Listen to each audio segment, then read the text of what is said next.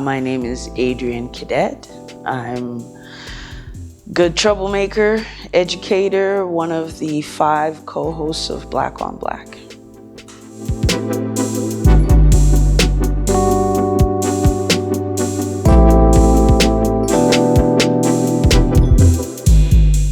Yeah, my organization, 3 Dreads and a Bald Head, or Be More Community of 3 Dreads and a Bald Head these days, doesn't necessarily function like an organization. It's a way to communicate to people that we organize ourselves around ideas that we have passion for, projects that we want to put into the world, and we do whatever we want. For the world to understand that translation, we have to have labels and things like that. So for the 2 main things that we do, they were in-person events. So we pivoted to do them virtually and have at least a representation of the initiative or the idea or the energy of that in-person reason we gathered, and a kind of placeholder for when it happens. We needed to do it virtually, and so we were able to use some of our resources to figure out what that would look like. The first year was a little bit more challenging than the second year. The first year we actually were left to do kind of nothing. Not knowing what pivot looked like, or even understanding that word and how often it's been used recently. So I know that it took us a minute to figure out, it took me a minute to figure out, like, what could I do? And so by year 2, put together something virtually for one of our events, the Walk with Excellence, which is a celebration of Black high school graduates. And we were able to kind of create a video where we wanted to make it kind of this like love letter to graduation, to who graduated in 2021, and then put it out into a space for people to watch and celebrate in whatever way they wanted to. And then this year we were able to go to an in-person model that had a little bit of a hybrid take on it that we think will be a legacy of the pandemic moving forward.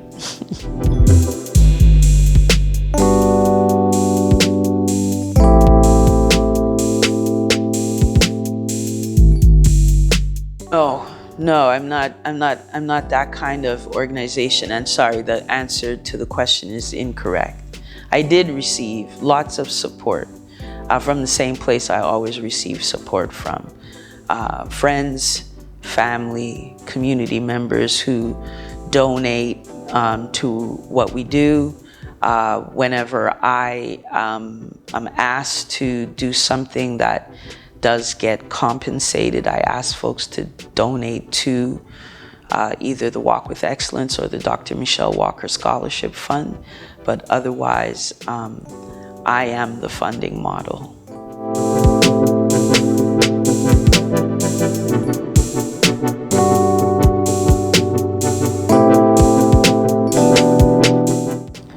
I mean, growing up in this city, I've derived so much pleasure and engagement and a source of inspiration and triggering thoughts of what to do, how to do it, from energy of in-person gathering. I mean, there was a time, my parents had one of the first Black-owned businesses in the city, and so there was a time where and as much criticism as Ottawa takes for whatever we take it for, there was a time when you did know all the Black people.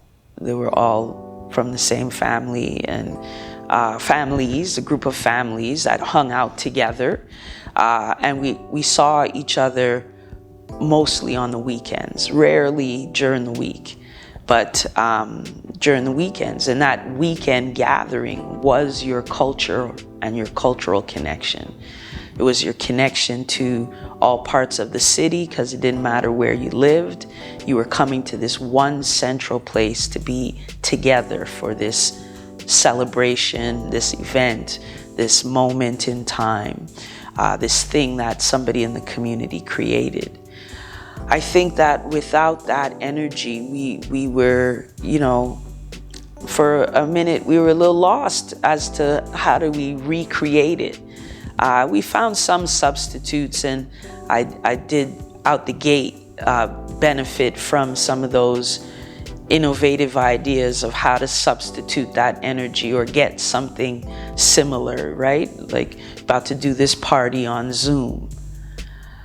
Okay, it was good. It was good to see people in that kind of way. I just noticed that as this has stretched a little longer, it's no longer as satisfying to only be in a virtual space with people. I agree. Yeah. It takes away something special. It has taken away something a little bit special. And I think that that's also what's laying inside of that connection with young people, that we've been distant from them already in some criticisms, but the pandemic then made the distance between those who have things that young people need and the young people that need them. It made that distance even greater. So unless you were doing you had to dig, you had to find. But I also think that we generated some incredibly special new things that made, I think I can say that that's one of the jewels that has come to our community as a result.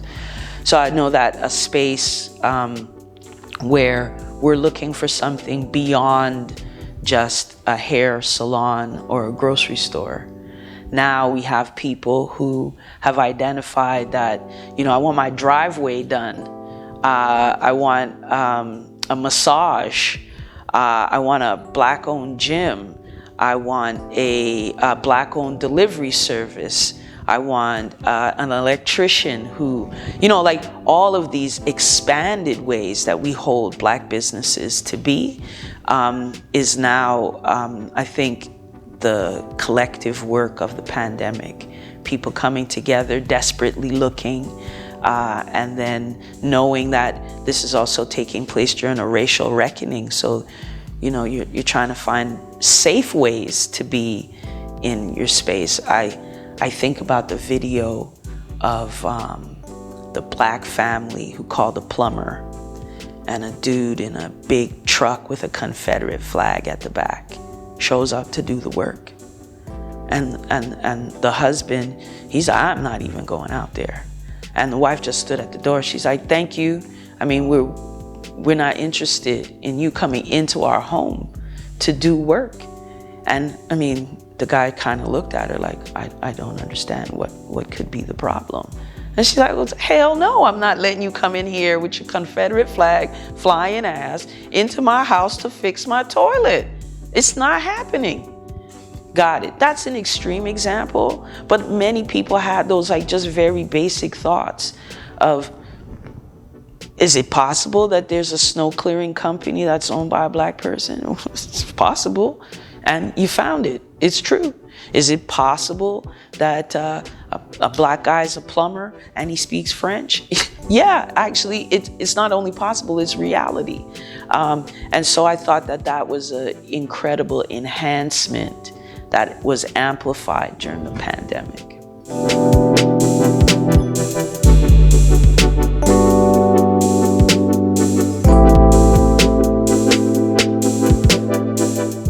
Yeah, I mean,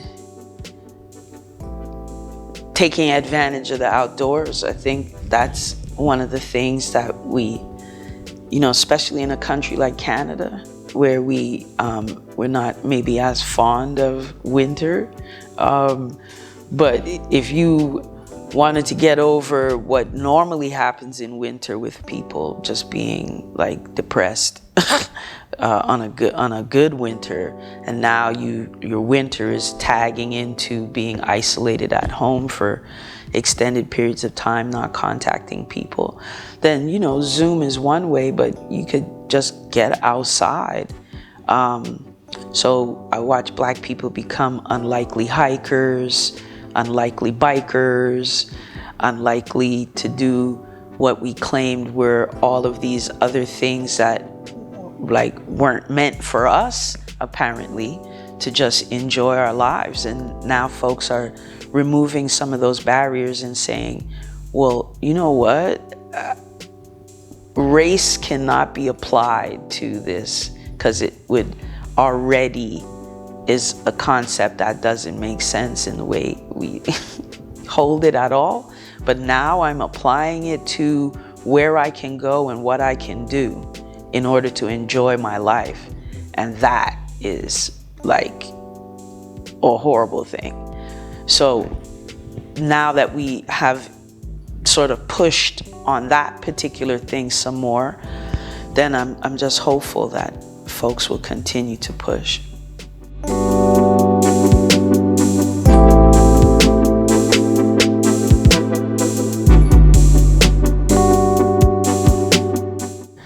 Yeah, I actually think that they work together.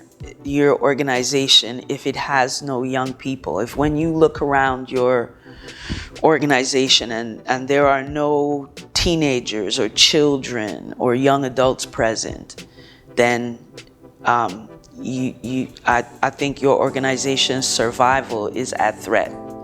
If you do not have a succession plan for your leadership, then it means that the folks in your organization are not actually able to see themselves as leaders.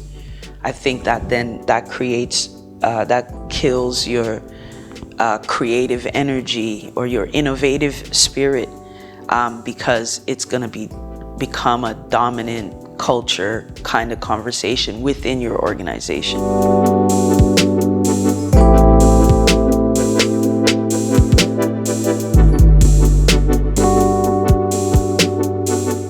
I mean, I've struggled with this conversation about Black people as resilient. It's like giving in to the part of that conversation that says that I'm built to be oppressed.